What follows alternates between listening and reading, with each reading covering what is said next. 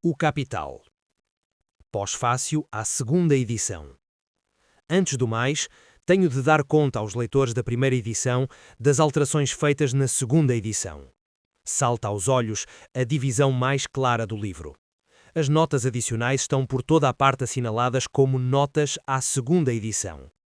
No que se refere ao próprio texto, o mais importante é: no capítulo 1, a dedução do valor através da análise das equações em que todo o valor de troca se expressa está conduzida de um modo cientificamente mais rigoroso, do mesmo modo que a conexão entre a substância de valor e a determinação da magnitude de valor pelo tempo de trabalho socialmente necessário, apenas aludida na primeira edição, está agora expressamente acentuada. O capítulo 3, a forma valor, foi completamente refundido, o que a dupla exposição da primeira edição já impunha. Observo, de passagem, que aquela dupla exposição foi ocasionada pelo meu amigo Dr. L. Kugelmann, de Hannover. Encontrava-me em casa dele de visita na primavera de 1867, quando as primeiras provas chegaram de Hamburgo, e ele persuadiu-me de que, para a maioria dos leitores, seria necessária uma explicação adicional da forma valor, mais didática. A última seção do primeiro capítulo, o caráter de feitiço da mercadoria, etc., foi em grande parte alterada. O capítulo 3, medida dos valores, foi cuidadosamente revisto, porque esta seção, na primeira edição, com a remissão para a explicação já dada em Zur Kritik der Politökonomie, Berlim, 1859, havia sido negligentemente tratada. O capítulo 7, particularmente parte 2, foi significativamente refundido. Seria inútil entrar em pormenores sobre as alterações esparsas do texto, frequentemente apenas estilísticas. Elas estendem-se por todo o livro. Contudo, verifico agora, com a revisão da tradução francesa a aparecer em Paris, que várias partes do original alemão teriam exigido aqui uma refundição mais enérgica, ali uma maior correção estilística ou ainda uma eliminação mais cuidadosa de lapsos ocasionais. Faltou, para tanto, o tempo, uma vez que só no outono de 1871, no meio de outros trabalhos urgentes, tive notícia de que o livro estava esgotado e de que a impressão da segunda edição devia começar logo em janeiro de 1872. A compreensão que Das Kapital rapidamente encontrou em amplos círculos da classe operária alemã é a melhor paga do meu trabalho. Um homem, economicamente no ponto de vista da burguesia, o Sr. Mayer, um fabricante de Viena, manifestou pertinentemente numa brochura, publicada durante a Guerra Franco-Alemã, que o grande sentido teórico, que passava por ser património alemão, tinha sido completamente perdido pelas chamadas classes cultas da Alemanha, revivendo pelo contrário, de novo, na sua classe operária. A economia política permaneceu na Alemanha até à hora presente uma ciência estrangeira. Gustav von Gallick, em Geschichtliche Darstellung des Handels, der Gewerbe, etc., nomeadamente nos 2 primeiros volumes da sua obra editados em 1830, tinha já em grande parte debatido as circunstâncias históricas que entre nós travavam o desenvolvimento do modo de produção capitalista e, portanto, também a construção da sociedade burguesa moderna. Faltava, pois, o solo vivo da economia política. Ela foi importada como mercadoria acabada de Inglaterra e de França. Os seus professores alemães permaneceram alunos. A expressão teórica de uma realidade alheia transformou-se nas suas mãos numa coleção de dogmas, por eles interpretados no sentido do mundo pequeno burguês que os circundava e, portanto, mal interpretados. Tentou-se dissimular o sentimento não totalmente reprimível de impotência científica e a inquietante consciência de se ter de perorar num domínio de facto alheio com o aparato de uma erudição histórico-literária ou com a mistura de um material alheio tirado das chamadas ciências camaralísticas, uma salada de conhecimentos por cujo purgatório o esperançado candidato à burocracia alemã tinha de passar. Desde 1848, a produção capitalista desenvolveu-se rapidamente na Alemanha e faz já hoje em dia florescer a vigarice. Mas o destino permaneceu igualmente desfavorável para os nossos especialistas. Enquanto se puderam entregar imparcialmente à economia política, faltavam na realidade alemã as condições económicas modernas. Assim que estas condições vieram à existência, aconteceram em circunstâncias que não mais permitiam o seu estudo imparcial dentro do horizonte burguês. na medida em que é burguesa, isto é, apreende a ordem capitalista não como etapa histórica transitória de desenvolvimento, inversamente como figura absoluta e última da produção social, a economia política só pode permanecer ciência, enquanto a luta de classes permanecer latente ou se revelar apenas em fenómenos isolados. Tomemos Inglaterra. A sua economia política clássica ocorre no período da luta de classes não desenvolvida. O seu último grande representante, Ricardo, torna por fim conscientemente a oposição dos interesses de classe, do salário e do lucro e da renda fundiária, ponto de partida das suas investigações, ao apreender esta oposição naivamente como lei natural da sociedade. Mas, ora, com isto, a ciência burguesa da economia tinha tido alcançado a sua barreira intransigível. Ainda em vida de Ricardo e em oposição a ele, a crítica fez-lhe frente na pessoa de Sismondi. O período seguinte, 1820-1830, assinala-se a Inglaterra com uma vitalidade científica no domínio da economia política. Foi o período tanto da vulgarização e difusão da teoria de Ricardo como da sua luta contra a escola velha. Travaram-se brilhantes torneios. O que então foi feito é pouco conhecido no continente europeu, já que a polémica está em grande parte dispersa em artigos de revista, escritos de ocasião e panfletos. O caráter imparcial desta polémica, embora a teoria de Ricardo excepcionalmente já sirva também como arma de ataque contra a economia burguesa, explica-se pelas circunstâncias do tempo. Por um lado, a própria grande indústria ainda estava a sair da sua infância, como já está demonstrado no facto de só com a crise de 1825 ela inaugurar o ciclo periódico da sua vida moderna. Por outro, a luta de classes entre capital e trabalho permanecia remetida para um plano recuado, politicamente pela discórdia entre os governos e os feudais agrupados em torno da Santa Aliança e a massa do povo conduzida pela burguesia, economicamente pela querola entre capital industrial e propriedade fundiária aristocrática, que se encobria em França por detrás da oposição de propriedade de parcelas e grande propriedade fundiária, e que a Inglaterra rebutou abertamente desde as leis dos cereais. A literatura da economia política na Inglaterra durante este período faz lembrar o período de tempestade e ímpeto, Sturm und Drang, económico na França, após a morte do Dr. Quesnay, mas apenas como um verão de São Martinho lembra a primavera. Com o ano de 1830, sobreveio a crise de uma vez por todas decisiva. A burguesia, em França e em Inglaterra, tinha conquistado o poder político. Daí em diante, a luta de classes ganhou, praticamente e teoricamente, formas mais e mais declaradas e ameaçadoras. Dobrou afinados pela economia burguesa científica. Não mais se tratava agora de se este ou aquele teorema era verdadeiro, mas de se era útil ou prejudicial ao capital, cômodo ou incômodo, de se era contrário aos regulamentos da polícia ou não. Para o lugar da pesquisa desinteressada entrou o esgrimismo pago. Para o lugar da investigação científica imparcial, a má consciência e a má intenção da apologética. Entretanto, mesmo os importunos tratadinhos que a Anti-Corn Law League, com os fabricantes Cobden e Bright à cabeça, deitou ao mundo, ofereceram, se não um interesse científico, por certo que um interesse histórico pela sua polêmica contra a aristocracia fundiária. A legislação livre-cambista, desde Sir Robert Peel, também arrancou à economia vulgar este último aguilhão. A Revolução Continental de 1848 repercutiu-se também em Inglaterra.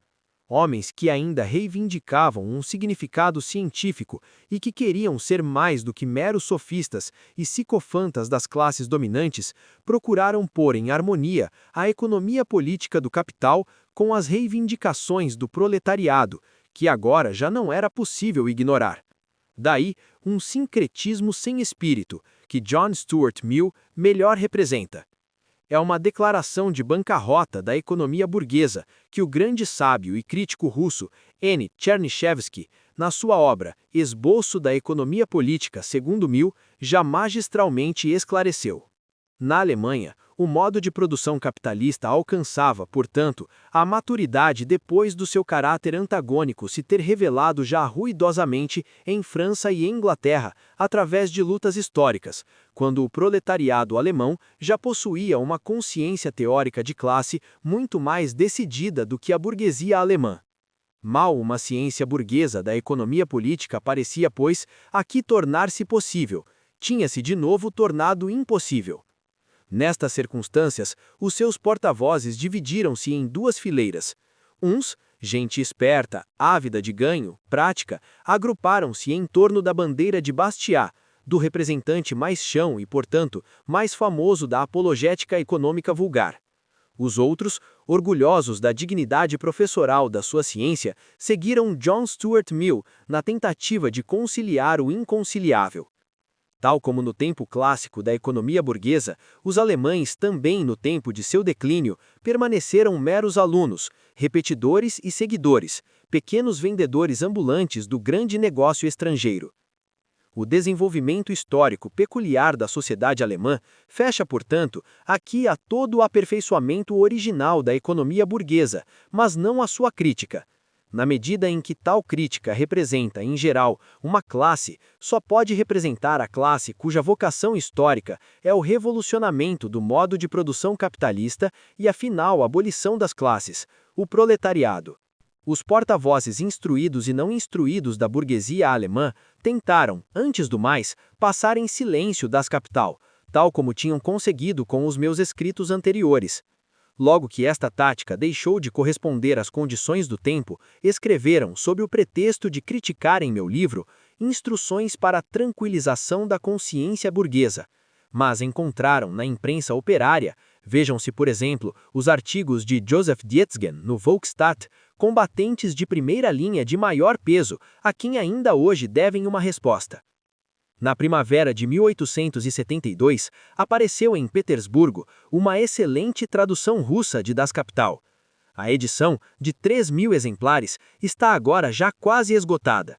Já em 1871, o Sr. N. Sieber, professor de Economia Política na Universidade de Kiev, no escrito Teoria do Valor e do Capital de David Ricardo, etc., tinha demonstrado que a minha teoria do valor, do dinheiro e do capital, nos seus traços fundamentais, era um aperfeiçoamento necessário da doutrina de Smith-Ricardo.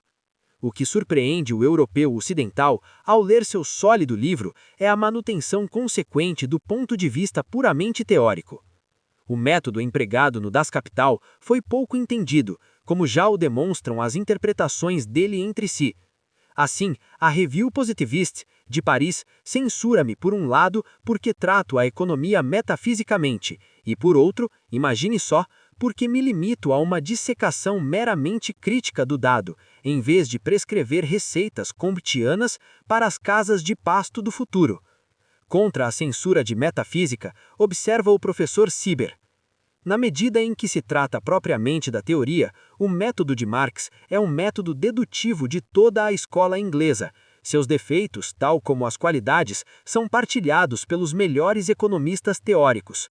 O Sr. Bloch, Les théoriciens de socialisme en allemand, extrait du Journal des économistes, juillet et août 1872, descobre que meu método é analítico e diz, entre outras coisas, par cette œuvre, Monsieur Marx se classe parmi les esprits analytiques les plus éminents.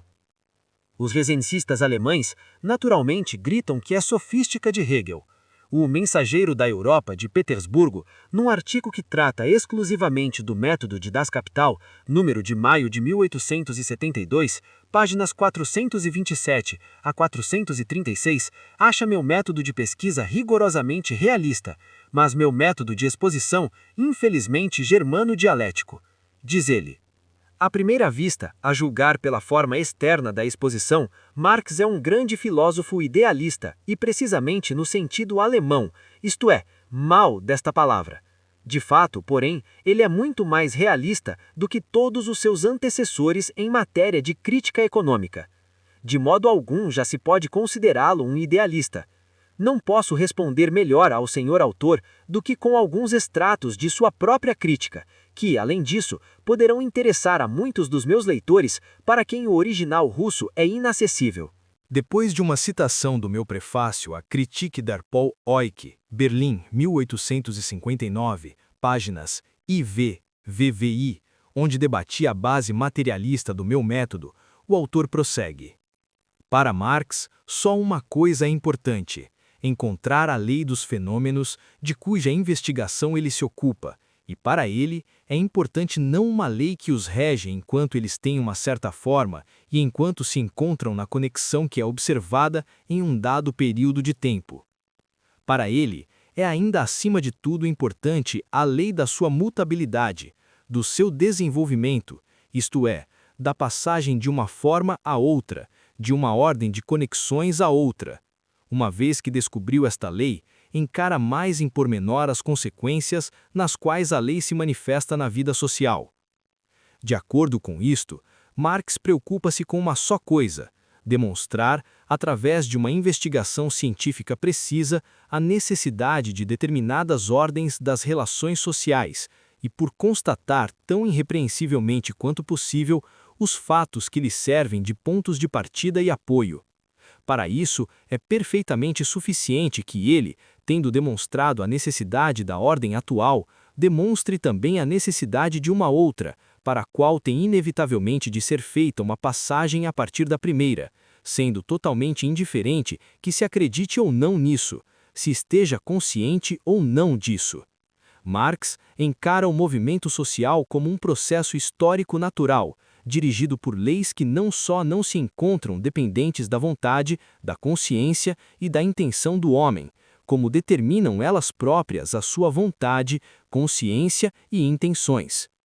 Se o elemento consciente na história da cultura desempenha um papel tão subordinado, é compreensível então que a crítica, cujo objeto é a própria cultura, tanto menos possa ter por fundamento qualquer forma ou qualquer resultado da consciência, isto é, não é a ideia, mas apenas o fenômeno exterior que lhe pode servir de ponto de partida. A crítica limitar-se-á à comparação e confronto de um fato não com a ideia, mas com outro fato. Para ela, apenas é importante que ambos os fatos sejam estudados o mais precisamente possível e realmente constituam diferentes graus de desenvolvimento. Mas, acima de tudo, é importante que não menos precisamente seja estudada a ordem, a sequência e ligação em que se manifestam estes graus de desenvolvimento. A outro leitor pode aqui ocorrer a seguinte questão: as leis gerais da vida econômica não são as mesmas, sendo um diferente que se apliquem à vida presente ou à passada? Mas, precisamente isto, Marx não o admite. Para ele, tais leis gerais não existem. Em sua opinião, pelo contrário, cada grande período histórico possui suas próprias leis. Mas assim que a vida ultrapassou um dado período de desenvolvimento, saiu de um dado estágio e entrou em outro, começa também a ser guiada por outras leis. Em uma palavra, a vida econômica oferece-nos, neste caso, um fenômeno perfeitamente análogo àquilo que observamos noutras classes dos fenômenos biológicos. Os velhos economistas não compreendiam a natureza das leis econômicas, ao considerá-las do mesmo tipo das leis de física e química. Uma análise mais profunda dos fenômenos mostrou que os organismos sociais diferem uns dos outros não menos profundamente do que os organismos botânicos e zoológicos. Um mesmo fenômeno, em consequência da diferença de estrutura destes organismos, da diversidade de seus órgãos, das diferenças de condições em que os órgãos têm de funcionar, etc., está subordinado a leis perfeitamente diferentes. Marx nega-se, por exemplo, a admitir que a lei do aumento da população seja a mesma sempre e em toda a parte, para todos os tempos e para todos os lugares. Afirma, pelo contrário, que cada grau de desenvolvimento tem sua própria lei da reprodução. Dependendo das diferenças do nível de desenvolvimento das forças produtivas, alteram-se as relações e as leis que as regulam. Ao se colocar, assim, a si próprio o objetivo de investigar e explicar a ordem capitalista da economia, Marx apenas formulou de um modo rigorosamente científico o objetivo que toda investigação precisa da vida econômica tem de ter. Seu valor científico reside no esclarecimento das leis particulares a que estão submetidos o surgimento, existência, desenvolvimento e morte de um dado organismo social e a sua substituição por outro, superior. E o livro de Marx tem de fato este valor. O senhor autor, ao descrever tão acertadamente aquilo a que chama meu método real e tão benevolentemente o que a minha aplicação pessoal dele concerne, que outra coisa ele descreveu ele, senão o método dialético. Certamente que o modo de exposição tem de se distinguir formalmente do modo de investigação. A investigação tem de se apropriar do material em pormenor, de analisar suas diversas formas de desenvolvimento e seguir a pista do seu vínculo interno. Somente depois de completado este trabalho, o movimento real pode ser exposto em conformidade. Se se consegue isto, e a vida do material se reflete, então, idealmente, poderá parecer que se está diante de uma construção a priori. O meu método dialético é pela base não apenas diverso de Hegel, mas o seu direto oposto. Para Hegel, o processo de pensamento, que ele transforma mesmo em um sujeito autônomo sob o nome de ideia, é o demiurgo do real, que forma apenas o seu fenômeno exterior.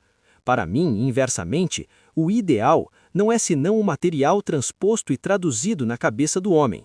Critiquei o lado mistificador da dialética de Hegel há já quase 30 anos, numa época em que ela ainda era de moda.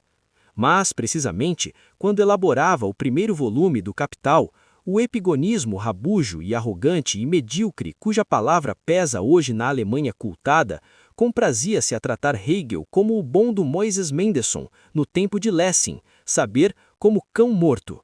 Confessei-me, portanto, abertamente discípulo daquele grande pensador, e coqueteio mesmo aqui e ali no capítulo sobre a teoria do valor, com o modo de expressão que lhe é peculiar. A mistificação que a dialética sofre nas mãos de Hegel de maneira nenhuma impede que tenha sido ele a expor pela primeira vez, de modo abrangente e consciente, suas formas de movimento universais. Em ele, ela está de cabeça para baixo, há que virá-la para descobrir o núcleo racional no invólucro místico. Na sua forma mistificada, a dialética tornou-se moda alemã, porque ela parecia glorificar o existente.